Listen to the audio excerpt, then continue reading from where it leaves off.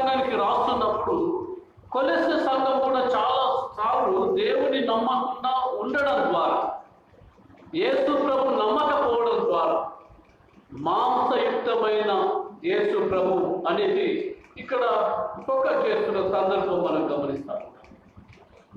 మాంసయుక్తమైనటువంటి దేవుడు ఇక్కడ 15వ వచనం నుండి మనం గమనిస్తూ ఉంటే అక్కడ చాలా విషయాలు మనకు రాస్తున్నటువంటి రాత్రులు మనం చూస్తాం. 22వ వచనంలో మనం చూస్తాం. కొలెస్సీలకు రాష్ట్ర పత్రిక మొదటి అధ్యాయం 22వ వచనంలో తన సన్నిధిని పరిశుద్ధులుగాను నిర్దోషులుగాను నిరపరాధులుగాను నిలవబెట్టుటకు ఆయన మాంసయుక్తమైన దేహమందు మరణం వల్ల ఇప్పుడు మిమ్మల్ని సమాధానపరచండి. మాంసయుక్తమైన దేహం. ఫ్రమ్ ద బిగినింగ్ లో మనము ఆ ప్రాసెస్ ఆఫ్ క్రియేషన్ లో అదృశ్య దేవుడిగా, కుమారుని కాలంలో మొదటి శతాబ్దంలో మాంసయుక్తమైనటువంటి ఒక సంపూర్ణమైన దైవ మానవుడుగా, ప్రజెంట్ కాంటెక్స్ట్ లో 2020లో పరిశుద్ధాత్ముడైన దేవుడైన యెహోవా జాబితా, ఆనాటి మోషే ఆ పెంటట్యూక్ అనగా పంచగ్రంథ నిర్మాణకుడైనటువంటి రచయిత అయినటువంటి మోషే ఆయన రాస్తున్నటువంటి దేవుని యొక్క వాతావరణం. మొదటి శతాబ్దంలో పౌలు ఆ యొక్క మొదటి శతాబ్దం భూమి పుట్టిన తర్వాత భూమిని ఆకాశాన్ని సృజించిన దేవుని యొక్క వాతావరణం, ఆయన అపియరెన్స్ అనేది మోజెస్ ద్వారా ఆయన చెప్తున్న సందర్భం. పౌలు యేసు ప్రభు యొక్క వాతావరణం, ఆయన నైతికత, ఆయన మాంసయుక్తమైన దేహంతో మనం రక్షించడానికి ఆయన జన్మించినటువంటి సంపూర్ణమైన మానవుడు, సంపూర్ణమైన దేవుడని పౌలు జ్ఞాపకం చేస్తూ, ఈ యేసు ప్రభు యందు మరి విశ్వాసం ఉంచి మీరు జీవించినట్లయితే బాగుంటుందని చాలా విధానాల్లో వారికి దేవుని యొక్క ప్రేమ, విశ్వాసము, సత్యము ఇవన్నిటిని కూడా ఆయన రక్షణ, ఆయన పాప క్షమాపణ, ఇవన్నిటిని కూడా పునరుత్థానం, ఆయన జన్మ, ఆయన పునరుత్థానం, ఆయన మరణం, ఇవన్నీ మానవ విమోచనం గురించి. ఇది యేసు ప్రభు సంపూర్ణమైన దేవుడిగా ఉండి సంపూర్ణమైన మానవుడిగా మారి ఆయన పోషించినటువంటి ఆయన రక్షణ కార్యమని ఇక్కడ పౌలు ఆ కొలెస్సీ సంఘానికి రాస్తున్న పత్రికలు చూస్తాం. మూడవది మనం గమనించినట్లయితే యోహాను సువార్తలో మొదటి 24వ అధ్యాయం లేదా 20వ అధ్యాయంలో మనం గమనిస్తే ఇక్కడ యోహాను logos theology, word of God, యోహాను ఈ వాక్కును ఆధారం చేసుకుని రచించిన రచనకర్త.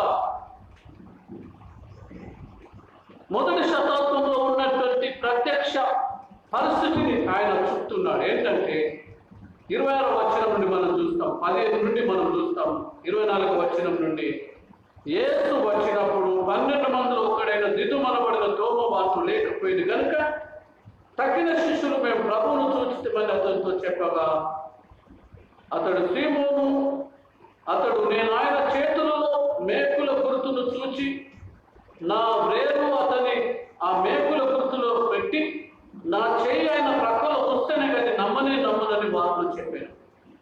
So very critical and reality person. ఆయన అన్నాడు ఏంటంటే యేసు ప్రభు శిష్యులు ఉన్నప్పుడు యేసు ప్రభు వచ్చి వారు వినబడ్డాడు. అందులో తోమ లేదు. తోమ లేనప్పుడు యేసు ప్రభు వచ్చాడు, శిష్యులను కలిశాడు, వెళ్ళాడు. తిరిగి తోమ వచ్చినప్పుడు శిష్యులు అన్నారు మేము యేసును చూచితమంటే నేను ఆయన మేకుల గుర్తులో నా వేలును ఆయన ప్రక్కలో నా యొక్క చేతులు పెట్టేదాకా ఆయన ప్రక్కలో ఉంచేదే కానీ నేను నమ్మనని చెప్పాను. అందరు శిష్యులు నమ్ముతున్నారు కానీ ఆశ్చర్యకరంలో ఉన్నారు. కానీ ఈ శిష్యుడైతే కంప్లీట్గా ఒక డెసిషన్కి వచ్చాడు. ఏంటంటే ఒక వాతావరణంకి వచ్చాడు. ఏంటంటే ఆయన మళ్ళీ వస్తే ఆయన ప్రక్క టెంకల్లో ఆయన గాయంలో ఇక్కడ వేలి గుర్తులు, మేకుల గుర్తులు, ఇక్కడ ఉన్నటువంటి చేతి గాయములలో ఆయన నా యొక్క వేలితో నేను చూస్తేనే నేను నమ్మనన్నాడు. సో ఇక్కడ పౌలు యొక్క వేదాంత ధోరణిలో అదృశ్య దేవుడు, దృశ్య ఉన్నవిగాను అన్ని సమస్తమును కలగజేసిన దేవుడు యేసు ప్రభువుని కొలెస్సు సంఘానికి మనందరి నిమిత్తమే తన ప్రాణం అర్పించి శిలువ మీద మరణించి మూడో దినం లేచాడు. ఆయన మాంసయుక్తమైన దేహములు ధరించుకున్నాడు. ఒకప్పుడు అదృశ్య దేవుడు కనబడ్డాడు. తిరిగి మొదటి శతాబ్దంలో దృశ్యమైన మాంసయుక్తమైన దేవుడిగా కనబడ్డాడు. ఆ మాంసయుక్తమైన దేహము 33.5 సంవత్సరములు ఈ లోకంలో జీవించి 3.5 సంవత్సర మినిస్ట్రీ సేవా పరిచయం చేసి చివరి సమయంలో కల్వరి కొండకు కొట్టబడి శిలువ మీద చనిపోయి తిరిగి లేచిన ఆ మాంసం ముద్దగా ఉన్నటువంటి యేసు ప్రభు చనిపోయి లేచాడని ఆయన పునరుత్థానాన్ని ప్రకటించిన పౌలు. సో ఒకటి మోజెస్ యొక్క ఆత్మలో దేవుని యొక్క అసలు ఆయనకున్నటువంటి నైజం, ఆయనకున్నటువంటి ఉనికి, ఆయనకున్నటువంటి పట్టుదల ఇశ్రాయేల్ ప్రజలపై ఏమైందో మోజెస్ దేవుడు అతనికి ప్రత్యక్షమైనప్పుడు ఆ యొక్క వాతావరణాన్ని రాశాడు. ఆ మిద్యాను దేశంలో మోషే కూడా చాలాసార్లు ఆ సువార్త సేవ చేయడానికి, రెండవది ఇశ్రాయేల్ ప్రజలను ఐగుప్తు దేశంలోనే నడిపించాలా విడిపించాలని చెప్పినందుకు చాలాసార్లు యేసు దేవుడని యెహోవాతో పొరపడి తొందరపడి నాతోని కాదు, అది నా వల్ల కాదు. ఆయన చాలా భయంకరమైన ఆ యొక్క ఈజిప్టు రాజు ఫరో రాజు, నేను నాతోని కాదు, లీవ్ మీ అలోన్, నన్ను వదిలేయండి అన్నాడు. కానీ దేవుడు ఆయనను పట్టుకునగానే వదలలేదు. 2-3 సూచక్రియలు చేశాడు. ఒకటి, ఆయన నమ్మించడానికి నీ చేతిలో ఏముందంటే కర్ర. ఆ కర్రను తీసి నీళ్ళ మీద నీటి అక్కడ భూమి మీద పడేయమన్నప్పుడు ఆ కర్ర భూమి మీద పడవేయబడగానే ఆ కర్ర పాము అయిపోయింది. రెండవసారి తిరిగి ఆ తోకను పట్టుకోమన్నప్పుడు తిరిగి తోకను పట్టుకోగానే తిరిగి కట్టెగా మారిపోయింది. రెండవ సూచక్రియ ఏంటంటే ఆయన నీ యొక్క చేయి తీసి నీ యొక్క హృదయం మీద పెట్టుకున్నప్పుడు ఆయన పెట్టుకోగానే అది కుష్ఠరోగం అయిపోయింది, తెల్లని హిమం వల్ల అయిపోయింది. ఆ హిమం కాగానే తిరిగి ప్రభు అన్నప్పుడు తిరిగి ఆ చేయి తీయగానే బాబాయ్. అంటే ఒక దేవుణ్ణి సేవ చేసేవాడిని దేవుడు కొన్నిసార్లు సూచక క్రియలు చేసి ఆ క్యాండిడేట్ ను బలపరుస్తున్న సందర్భం ఈ కాంటెక్స్ట్ లో కనబడుతుంది. సెకండ్ వన్ ఈజ్ ఆ మహత్కార్యాల ద్వారా ఆయనను సంపూర్ణమైనటువంటి మినిస్టర్గా చేయడానికి ఆ ప్రిపేర్ చేస్తున్నటువంటి దేవుడని యెహోవా, సిద్ధపరుస్తున్నటువంటి దేవుడని యెహోవా. తిరిగి ఆయన ఇంకా నాతో కాదన్నప్పుడు తిరిగి నీ అన్న వస్తా ఉన్నాడు, నేను నీకు తోడుగా ఉంటాను, నీకు తొందరపడవలసిన అవసరం లేదు, నీవు నా ప్రజలకు నాయకుడిగా ఉండాలన్నాడు. సో ఇక్కడ దేవుడైన యెహోవా మరియు మోషే మధ్య ఉన్నటువంటి డైలాగ్ థియాలజీ వేదంలో మనం గమనిస్తాం. ఏంటంటే ప్రభువా,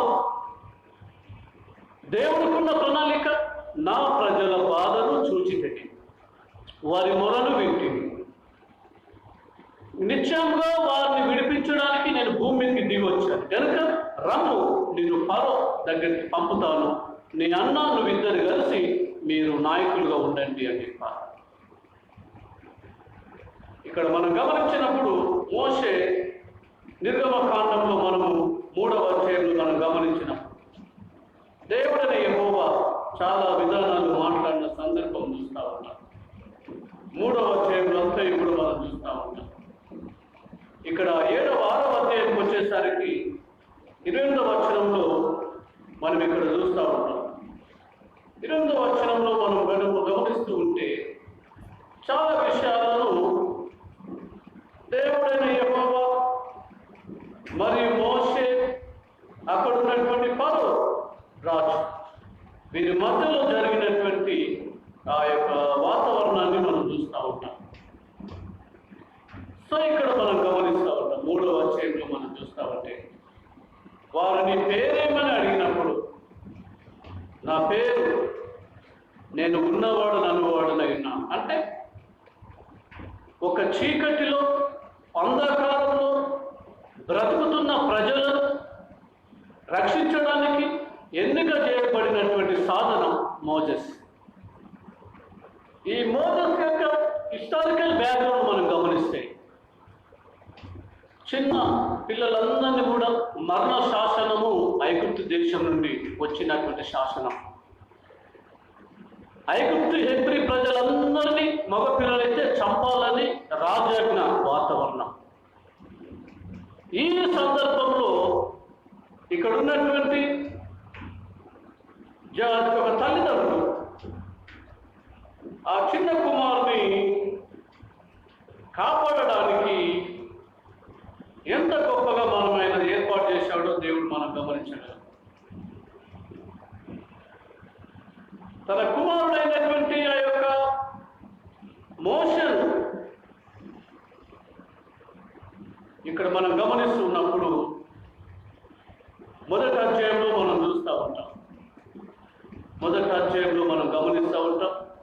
రెండవ అధ్యాయంలో కూడా మనం గమనిస్తే లేవి వంశస్థుడు లేవి కుమార్తెను వివాహం చేసుకుని ఆ స్త్రీ గర్భవతి కుమారుని కని వాడు సుందరుడైనట చూచి 3 నెలలు వారిని దాచాడు. సో 3 నెలలు దాచిన తల్లిదండ్రుల నాయకత్వంలో దాచబడిన మోజెస్. మంత్రసానులు Shiphrah Puah women role of the women. ఇశ్రాయేలు ప్రజలను మగపిల్లలను రక్షించడంలో మోషను రక్షించిన షిప్రా పూయ. వీరు కూడా ఐగుప్తు మంత్రసానులే. కానీ ఐగుప్తు రాజైన ఫరో మాట వినకుండా దేవుని మాట వినడం ద్వారా ఆ కుమారుని రక్షించడం. సో ఇక్కడ పెంచబడిన ఈ యొక్క కుమారుడు 3 నెలల తర్వాత ఆయనకు మరణ శాసనం వచ్చింది. ఎట్లా అనేటటువంటి వాతావరణంలో జమ్ము పెట్టెలో నైల్ నదిలో ఆ కుమారుని వదలడం. దేవుడు అద్భుత రీతిగా ఏ ఇంటి నుండి అయితే మరణ శాసనం వచ్చిందో, ఏ ఇంటి నుండి అయితే చక్రవర్తి ఐగుప్తు రాజైనటువంటి చక్రవర్తి ఇంటి నుండి మరణ శాసనం వచ్చిందో, దేవుడు అదే ఇంటిలోనికి మోజెస్ను ఫరో రాజు కుమార్తె ద్వారా నగరానికి తీసుకొని వెళ్ళడం. అక్కడ 40 సంవత్సరం ఆయన అన్ని విద్యలు నేర్చుకోవడం, జీవించడం మనం గమనిస్తూ ఉంటాం. మరణ శాసనం వచ్చిన ఇంటికే ఉన్నవాడని అనువాడనైన దేవుడు ఈ యొక్క మోషను ఫరో రాజు యొక్క కుమార్తె ద్వారా ఇంటిలోనికి నగరంలోనికి తీసుకొని పోబడ్డాడు. ఇదంతా కూడా మోషే గమనించడం లేదు. ఆ మిద్యాను దేశంలో మామైన ఇద్దరు ఆ నాయకత్వంలో మందను మేపుతున్నాడు. కానీ ఆయనకు ఒకటి ఉంది ఏంటంటే, ఆల్వేస్ ఆయన గుండె మండుతుంది. ఏంటంటే, నా ప్రజలు ఐగుప్తు దేశంలో నలిగిపోతున్నారు, ఎలా వారిని రక్షించాలనే అగ్ని ఆయనలో మండుతుంది.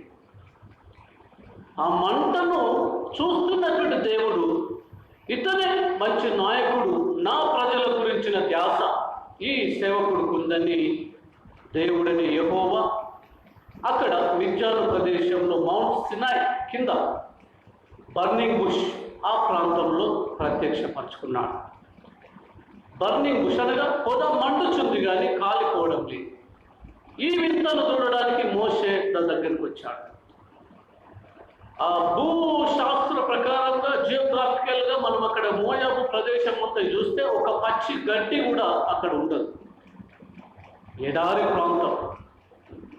ఆ ప్రాంతంలో ఆ గొర్రెలు ఆ యొక్క కొండల మీద ఉన్నటువంటి ఏం తింటో తెలియదు, కానీ ఆ ప్రాంతంలో మేపుతున్న సందర్భం మోషే చూడాలని ఈ యొక్క దర్శనం బర్నింగ్ బుష్లో కనబడుతుంది.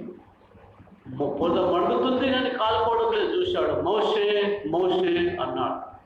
అక్కడ నుండి స్టార్ట్ అయింది మోసెస్ను ఎన్నుకున్న దేవుడు. ఆ ఎన్నుకోవడంలో, మరణంలో, బాధలో, చీకట్లో, చెరసాలో ఉన్నటువంటి ఇశ్రాయేలు ప్రజలను దేవుడు ఉన్నవాడని అనువాడనై ఉన్నాను అని ఆ మోసెస్తో చెప్పి, ఒకవేళ వారేమని అడిగితే నా పేరు ఇటర్నల్ గాడ్, మొదటి వాడను కడపటి వాడను యుగ యుగములు జీవించేవాడని నేనే. You must tell him in front of that Pharaoh empire of the Egypt. నువ్వు వెళ్ళు చెప్పు అన్నాడు. అనేక విధాలుగా ఆయన సిద్ధపరిచి తదుపరి రాజు దగ్గరికి పోబడినటువంటి మోసెస్. దీంట్లో మనం గమనిస్తే మరణం నుండి జీవంలోనికి రావడం, చీకట్లో నుండి వెలుగులోనికి 40 సంవత్సరాల ఆ యాత్రలో, అడవి యాత్రలో మోషే అహరోను నాయకత్వంలో దేవుడని యెహోవా ఉన్నవాడనై ఉన్నవాడు దేవుడు వారిని కొన్ని లక్షల జనాంగ కాల్బలం కలిగిన వారు ఇంకా చాలా మంది ఉన్నారు రక్షించిన దేవుడు. మరణం నుండి, చీకటి నుండి, చెరసాల నుండి విడుదల చేసిన దేవుడు. నేను యెహోవాను అని ప్రతి ఇశ్రాయేలీయుడు, ప్రతి వాడు నమ్మాలి. ఇది నేనే యెహోవాను అని వారి కన్నులకు కట్టినట్టుగా దేవుడిని యెహోవా వారితో ఉండి నడిపించిన సందర్భం. కనుక నేను యేసు క్రీస్తే ప్రభువు అని ఆయన అంగీకరించుతాం. మిమ్మల్ని విడిపించిన వాడు, మిమ్మల్ని ఆ యొక్క బానిస బ్రతుకు నుండి రక్షించినది ఎవరో కాదు, నేను దేవుడని యెహోవాను, ఉన్నవాడనై ఉన్నవాడను. కనుక యు మస్ట్ ట్రస్ట్ మీ, మీరు నన్ను నమ్మండి. వారందరూ కూడా 40 సంవత్సరాల నాయకత్వంలో దేవుడు మోసెస్ అహరోను ద్వారా నడిపించిన లిబరేషన్ థియాలజీ, విడుదల, మరణం నుండి జీవం, చీకటి నుండి వెలుగు, చెరసాల నుండి చెర విడుదల. సో ఫస్ట్ పార్ట్లో పెంటెకోస్తల్ పంచగ్రంథ నిర్మాణకర్త మోసెస్ కన్నులకు కట్టినట్టుగా దేవుని యొక్క ఉనికిని, ఆయన స్వభావాన్ని సంపూర్ణంగా విశదీకరించి ఆయనతో ఉన్న స్నేహం, అవన్నీ కూడా ఈ అధ్యాయంలో మనం చూస్తూ ఉంటాం. ఆయనకున్న కన్సర్న్, తన ప్రజలపై ఆయనకున్నటువంటి ప్రేమ, ఆ మక్కువ అంతా కూడా మోసెస్ రాసుకున్న సందర్భం. కనుక నీ దేవుడని యెహోవాను నేను తప్ప వేరొక దేవుడి ఉండకూడదు, యెహోవాను నేనే. ఇశ్రాయేలు ప్రజలందరూ 40 సంవత్సరాల నాయకత్వంలో ఒడదొడుకులున్న దేవుడు వారిని తీసుకొచ్చాడు. వీరికి అంత విశ్వాసం లేదు, కానీ వీరిని కాపాడాలనే తలంపు కలిగిన దేవుడు మాత్రం, దేవుడని యెహోవా అందరినీ కూడా ఆ పాలు తెలు ప్రవహించే దేశానికి నడిపించాడు. అబ్రహాం, ఇస్సాకు, యాకోబు దేవుడు, అబ్రహాం దేవుడు, ఇస్సాకు దేవుడు, యాకోబు దేవుడు నేనే అని వారికి చేసిన వాగ్దాన ప్రకారం నమ్మకంగా ఆ ప్రజలను రక్షించిన దేవుడు. మొదటి టెక్స్ట్లో మనం గమనించగలం. రెండవ టెక్స్ట్లో మనం గమనించినట్లయితే కొలస్సీలకు రాసిన పత్రికలో దేవుడైన యెహోవా ఆ కాలంలో మోసెస్ ద్వారా జరిగించిన లిబరేషన్, విడుదల, రక్షణ, శారీరక, మానసిక అన్ని రంగాలలో ఒక విడుదల కలగజేసిన దేవుడు. తిరిగి మొదటి శతాబ్దంకి వచ్చేసరికి పౌలు కాలంలో కొలస్సీ సంఘస్థులు వినకపోవడం ద్వారా వారితో చెప్పాడు. ఇది చాలా ఒక మర్మంతో కూడిన ఈ లిటర్జీని మనం గమనించాలి. కారణం, పౌలు చాలాసార్లు దేవునితో ఏకాంతంగా ఉండి, ఏకాంతంగా కాలం గడిపి, ఏకాంతంగా ఆయనను అనుసరించిన వాడు, యేసు ప్రభువును ధరించుకున్న వాడుగా చూస్తాం. అందుకే దేవుడు ఆయనలో చాలా కార్యాలు ఆయన ద్వారా చేశాడు. ఇక్కడ రాసిన వేదాంతం మనం గమనించినట్లయితే మొదటి అధ్యాయం 15వ వచనం నుండి మనం గమనిస్తాం. ఇక్కడ 14వ వచనం నుండి మనం చూస్తాం. 13 ఆయన మనల్ని అంధకార సంబంధమైన అధికారంలో నుండి విడుదల చేసి తాను ప్రేమించిన తన కుమారుని యొక్క రాజనివాసులుగా చేసిన అంధకార సంబంధమైన వాతావరణంలో ఉన్న ప్రజలమైన మనం అందరినీ కూడా దేవుడు తన కుమారుని ద్వారా విడుదల చేశాడు, రక్షించాడు. కనుక you must trust need the Jesus. అంధకార సంబంధమైనటువంటి అధికారంలో నుండి ఆయన మనలను అంధకార అధికారంలో విడుదల చేసి తాను ప్రేమించిన తన కుమారుని యొక్క రాజనివాసులుగా చేసిన కుమారుని యందు మనకు విమోచనగా పాప క్షమాపణ కలుగుతుంది. ఆయనలోనే మనకు పాప క్షమాపణ, యేసు ప్రభులోనే విడుదల, యేసు ప్రభులోనే రక్షణ అనేది మనకు కలుగుతుందని ఆ మాటలు సువార్త ప్రకటిస్తూ పౌలు కొలెసు సంఘానికి రాసిన ఉత్తరంలో తిరిగి ఆయనకున్న ఉనికి, ఆయన నైతికత ఒక మిస్టరీ, అనగా చాలా రకాలుగా ఇది పరలోక సంబంధమైన దేవునికి పౌలుకు ఉన్నటువంటి ఆ పౌలు యేసును ధరించుకున్నప్పుడు వారికి అర్థమయ్యే విధంగా రాస్తున్న సందర్భం మనం చూస్తూ ఉంటాం. ఆయన అదృశ్య స్వరూపి, సర్వ సృష్టికి ఆది సంభూతుడై ఉన్నాడు. ఆయన ఇప్పుడు వచ్చినాడు వాడు కాదు, ఆది సంభూతుడు. From the beginning God has created heaven and earth. God has created his own image, man and the women his own image. ఆ సృష్టికర్త, ఆది సంభూతుడు, ఆది శబ్దం, voice of the God's agent,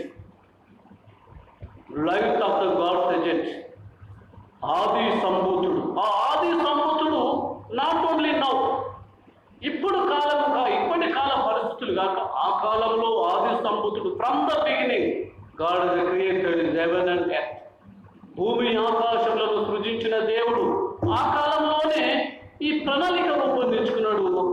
ఏంటంటే అంధకారం ఉన్న ప్రజలను విడుదల, చీకట్లో ఉన్న ప్రజలకు విడుదల, వెలుగు, నశించే వారికి పాపం తీసివేయడానికి రక్షణ కలిగేటటువంటి ఒక ఆయన కల్వరి కొండపై విధించేటటువంటి, చిందించేటటువంటి రక్తం, ఇదంతా కూడా వారికి రాస్తూ వారి హృదయంలో ఉన్నటువంటి అరాచకత్వాన్ని, వారి హృదయంలో ఉన్నటువంటి మోటుతనాన్ని, వీటన్నిటిని తొలగించి దైవ రూపాన్ని, ఆ దేవుని యొక్క నిజ ఆకృతిని, నిజమైనటువంటి ఆ యొక్క ప్రణాళికను వారి హృదయంలో పుచ్చుకునే విధంగా ఈ మాటలు ఉత్తరం రాసి వారికి ఎంతో ఒక మనోవికాసాన్ని కలిగించాడు, వారి కళ్ళు తెరిపించాడు. అప్పుడు వారందరూ యేసు ప్రభు నమ్మారు. పౌలును వాడుకున్న దేవుడు, మోజెసును వాడుకున్న దేవుడు, కీర్తన గ్రంథంలో దావీదు గురించి చాలా విధాలుగా దేవుడి గురించి చాలా వాతావరణంలో దావీదు రాశాడు. తిరిగి మనము యేసు ప్రభు దగ్గరికి మాంసయుక్తమైన దేహంతో వచ్చిన యేసు ప్రభు, ఆ యొక్క యోహాను సువార్తలో యోహాను ఎలా యేసు ప్రభు గురించి రాశాడో అక్కడ మనం చూస్తూ ఉన్నాం.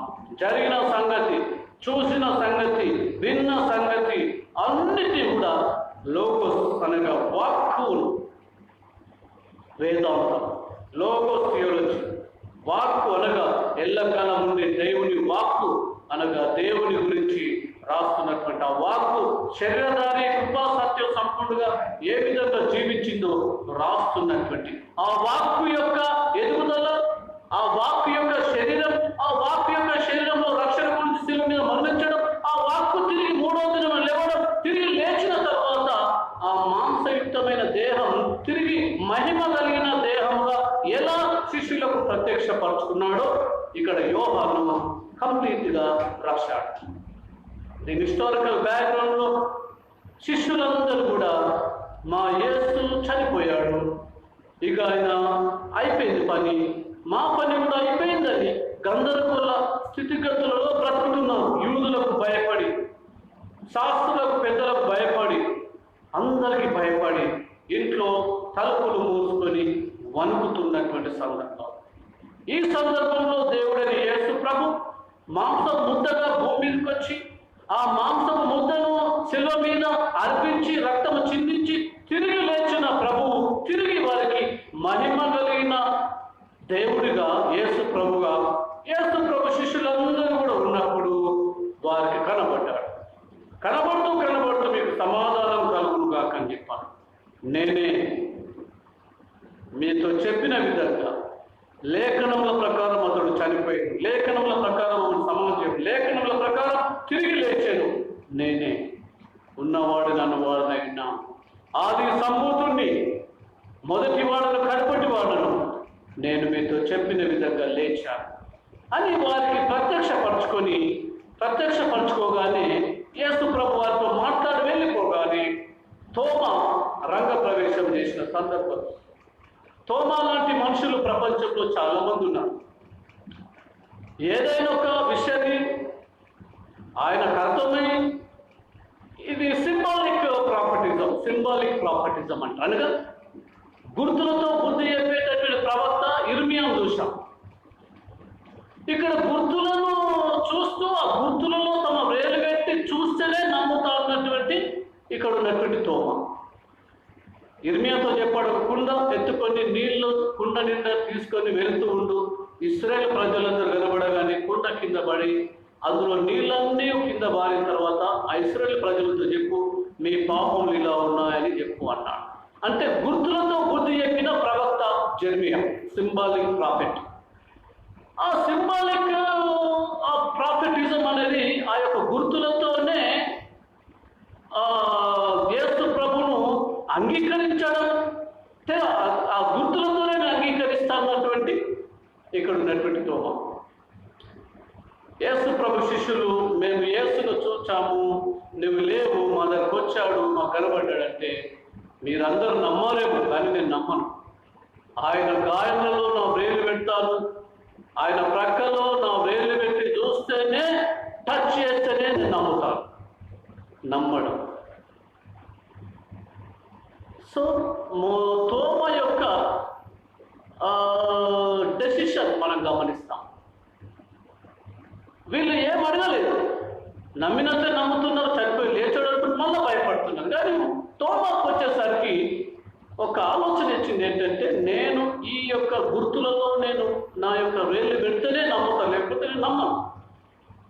ఈయన తీసుకున్న డెసిషన్ ఒక విధంగా నానా రకాలైన గందరగోళాలతో ఉన్నా, కానీ ఆయన వ్యక్తిగతంగా ఆయన తీసుకున్న ఆలోచన, ఆ వ్యక్తిగత ఆలోచన కలిగి ఉన్నాడని యేసు ప్రభు చూసి స్పందించి తిరిగి యేసు ప్రభు తోమ ఉన్న సమయంలో మళ్ళీ వచ్చాడు.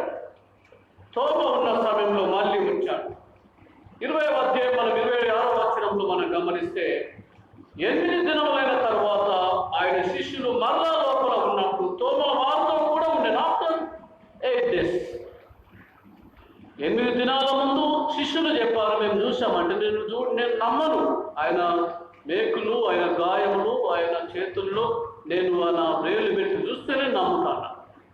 7 days పాస్ అయింది. 8th డే దేవుడు మళ్ళీ యేసు ప్రభు మళ్ళీ వచ్చాడు. మళ్ళీ వచ్చినప్పుడు తోమ వారితో కూడా ఉన్నాడు. తలుపులు మూయబడి ఉండగా యేసు వచ్చి మధ్య నిలిచి, మీకు సమాధానం కలుగును గాక అని. తలుపులు మూయబడి ఉండగా, ఏ మనిషి అయినా తలుపులు తెరిస్తేనే మనం ఇంట్లోకి వస్తాం. తలుపులు మూయబడిన తర్వాత రాము. కానీ ఇందులో ఒకేసారి జీసస్లో దైవత్వం, మానవత్వం రెండూ ఇమిడిచిన సందర్భం మనం గమనించగలం. ఒకటి ఆత్మస్వరూపిగా మరియు శరీర రూపమును సంతరించుకున్న సందర్భం. ఆత్మరూపిగా లోపలికి రావడం, తిరిగి తన శరీరాన్ని ఆ గుర్తులను ఫోకస్ చేయడం అనేది చూస్తూ ఉంటాం. అందుకే ఆయన ఆది సంభూతుడు, ఆదిని ప్రపంచాన్ని అంతటిని సృష్టించిన వాడు, రక్షకుడు, ఉన్నవాడు నన్నువాడనే ఉన్నాడు.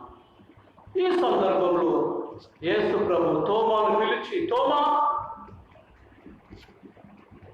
తోమాను చూచి, నీ వేలికు చాచి నా చేతులు చూడుము, నీ చెయ్యి చాచి నా ప్రక్కలో ఉంచి, అవిశ్వాసమే కాక విశ్వాసే ఉండుమని.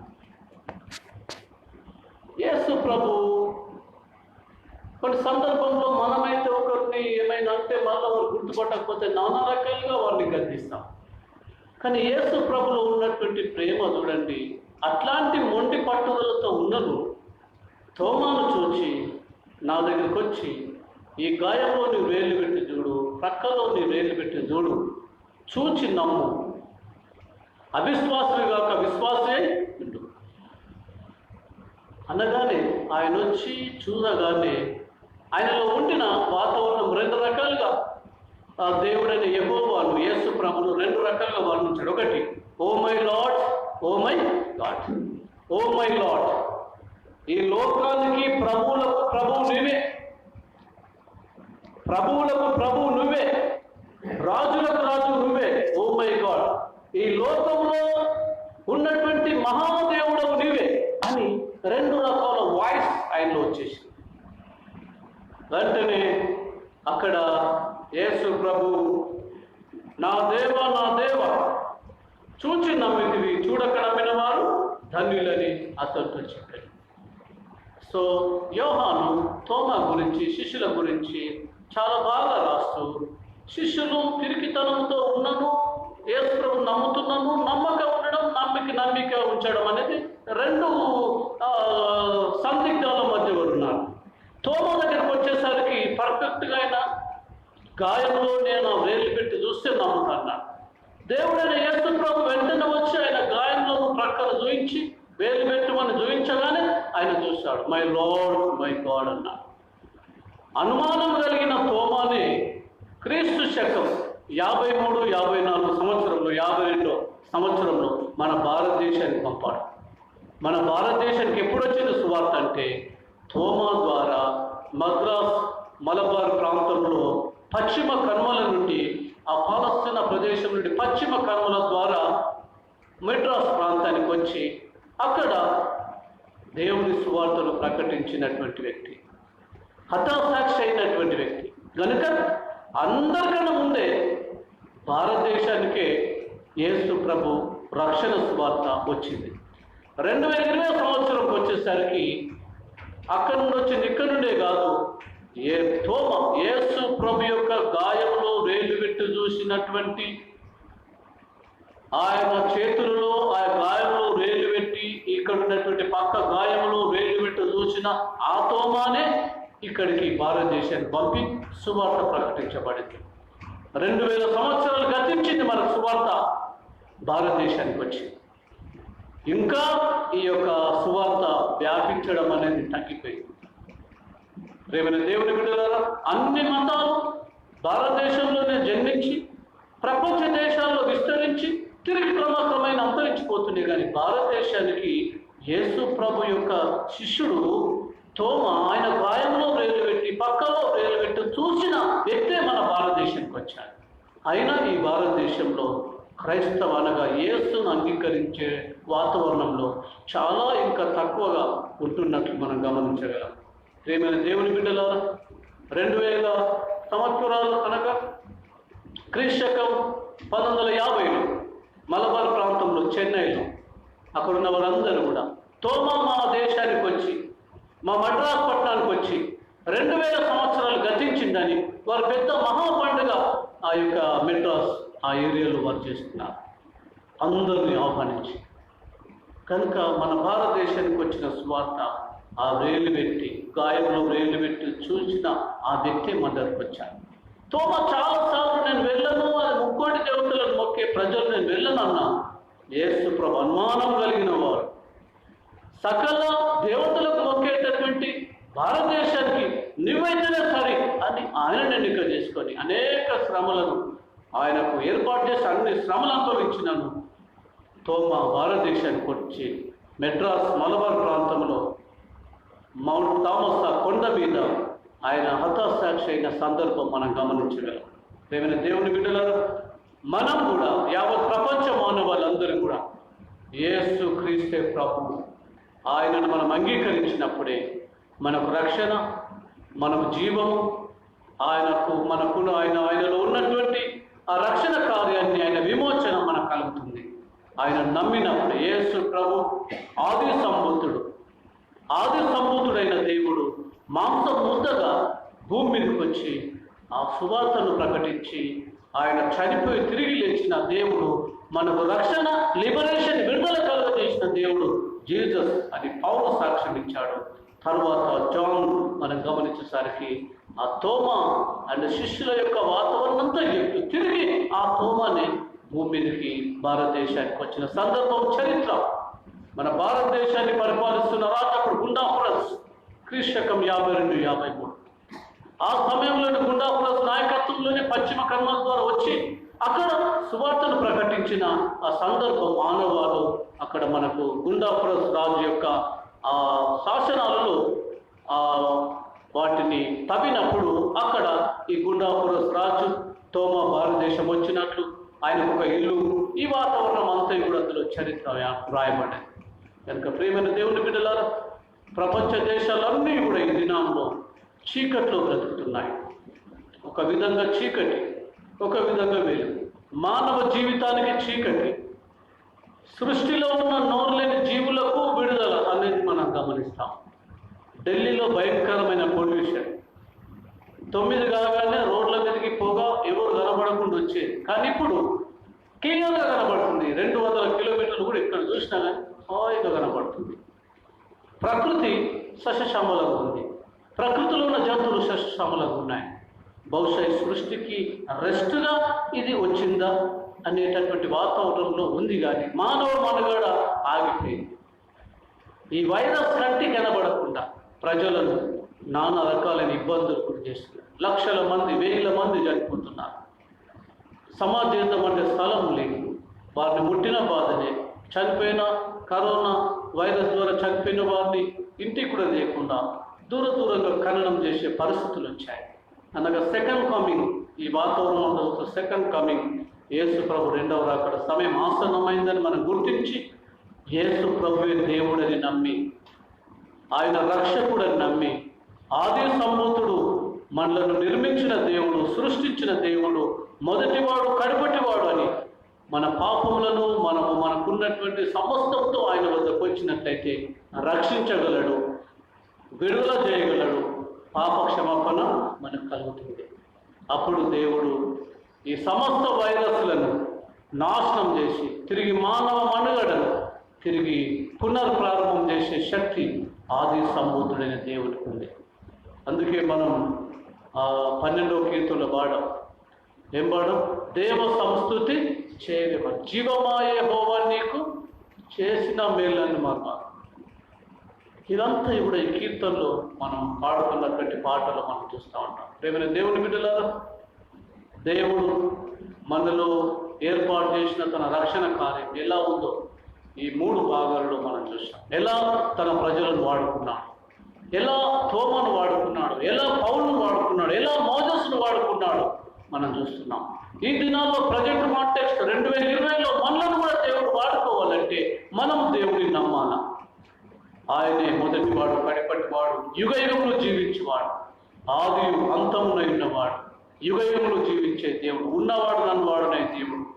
ఆయన యేసు ప్రభును మనం అంగీకరించి నమ్మి విశ్వాసం కలిగి మనం ఈ లోకంలో జీవించడానికి అనేకులకు క్రయధనంగా తన ప్రాణాన్ని ఇచ్చిన యేసు యొక్క సువార్తను ప్రకటించడానికి దేవుడు తన కృప మనందరికీ కలుగజేసి ఆశీర్వదించి తిరిగి యావత్ ప్రపంచాన్ని సృష్టించిన దేవుడు ప్రపంచ మానవాళి యొక్క బాధలు, వేదనలు అన్నీ తెలుసు.